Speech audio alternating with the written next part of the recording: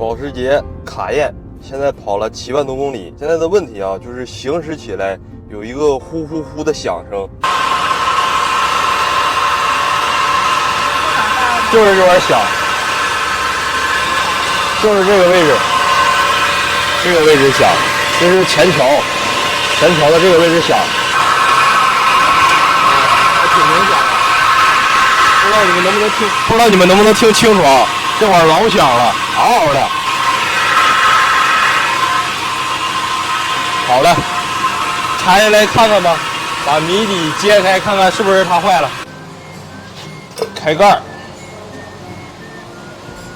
油封立着了，这铁闸子里面应该是哪个轴承坏了，有感觉了，转着咯楞咯楞的，能看到了吗？这里面都是亮晶晶的铁粉，细铁石上啊，全是铁渣子。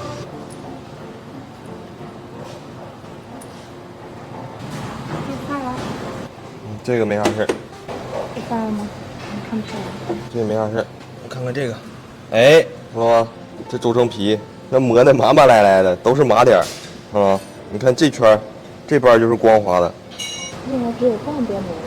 时间还没到，它全磨了之后，就慢慢就该高温退火了，然后这个架就该烤化了，塑料架嘛，烤化了之后就散了，散了之后这里面这些齿啊、脚齿啊啥的就全废了，到时候就修不了了，就得换了，知道吧？现在算发现的早，还能修一修。